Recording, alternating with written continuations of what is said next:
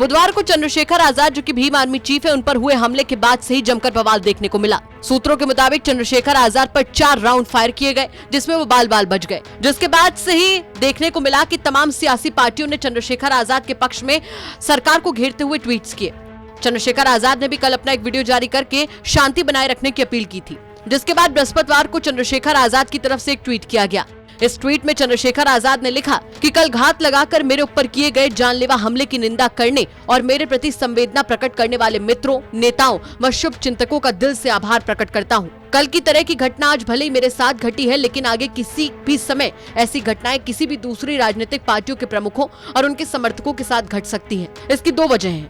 पहला ये कि उत्तर प्रदेश की कानून व्यवस्था लगातार बद से बदतर होती जा रही है, और दूसरा ये कि सरकार अपराधियों को जाति और धर्म के आधार पर प्रश्रय देकर उसे संरक्षण प्रदान कर रही है, जिससे सरकार समर्थित अपराधियों के हौसले बुलंद हैं। उनको आज ना तो कानून का भय है और ना ही पुलिस का। आज भारत के लोकतांत्रिक मूल्य और बाबा साहब का संविधान दोनों ही खतरे में है। जब सरकार समर्थित बेखौफ घूमते अपराधी मेरे जैसे राजनेताओं की आवाज को खामोश करने के लिए हमले कर सकते हैं, खुलेआम कई राउंड गोलियां चला सकते हैं, तो इस प्रदेश की बहु बेटियां, दलित, पिछड़े, आदिवासी और अल्पसंख्यकों के ऊपर कितना जुल्म और अत्याचार किया जा रहा है, इसकी आप कल्पना भी नहीं कर सकते।